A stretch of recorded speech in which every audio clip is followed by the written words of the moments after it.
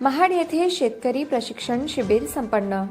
Bharat Ratna doctor Babasaheb Ambedkar स्मारक महाड येथे नुकतेच कृषी विभाग, महाराष्ट्र शासन, महाड व पोलादपूर आणि डॉक्टर बाळासाहेब सावंत कोकण कृषी विद्यापीठ संलग्न कृषी महाविद्यालय मोहेप्रो आचुळी यांच्या संयुक्त विद्यमाने 2 दिवसीय शेतकरी प्रशिक्षण शिबिराचे यशस्वी आयोजन करण्यात आले।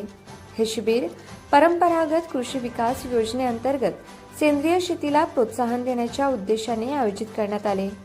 आज या ठिकाणी कृषी महाविद्यालय आचरोली या ठिकाणी आम्ही Mahad Poladpur organic farmer producer कंपनीचे सर्व सभासद आणि त्या कंपनीला जॉईंट असलेले पोलादपूर आणि महाड तालुक्यातील एकूण 25 गटाचे प्रतिनिधी यांनी या ठिकाणी प्रत्यक्ष भेट देऊन या महाविद्यालयामध्ये कंपोस्ट खताची कशी निर्मिती केली जाते याचं प्रात्यक्षिक स्वतः इथं या मॅडमने आम्हाला करून दाखवलेलं आहे आणि ती सगळी माहिती आम्ही ज्या पद्धतीने त्यांनी दिली ती आत्मसात केलेली आहे।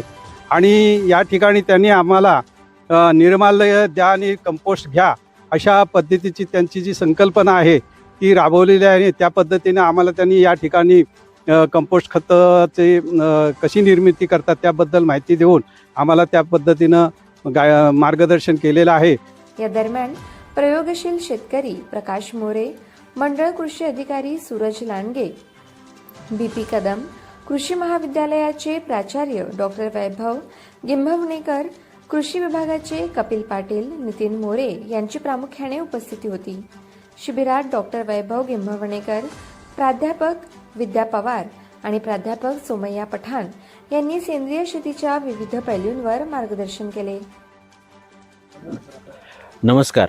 परंपरागत कृषी विकास योजना सेंद्रिय शेती अंतर्गत स्थापित Poladpur Mahad organic farmer producer company लिमिटेडचे 2 दिवसीय जे प्रशिक्षण आपण राबवले त्यात कृषी महाविद्यालय आचरोली यांनी आम्हाला खूप सहकार्य केलेले आहे। तर कृषी महाविद्यालय आचरोली आम्ही आता व्हिजिट केली असता सगळ्या सदस्यांनी कंपनीच्या गटातील, तर तिथं निर्माल्य द्या आणि कंपोस्ट घ्या ही जे टॅगलाईन आहे ती खूप सुंदर आहे आणि आमच्या कंपनीच्या गटातील सदस्यांनी आज ठरवलेलं आहे की यापुढं त्यांच्या गावात जे काही निर्माल्य गणपतीनिमित्त तयार होईल किंवा इतर कार्यक्रमामध्ये तयार होईल ते आणून ते कृषी महाविद्यालयात देतील आणि तिथून कंपोस्ट खरेदी करतील।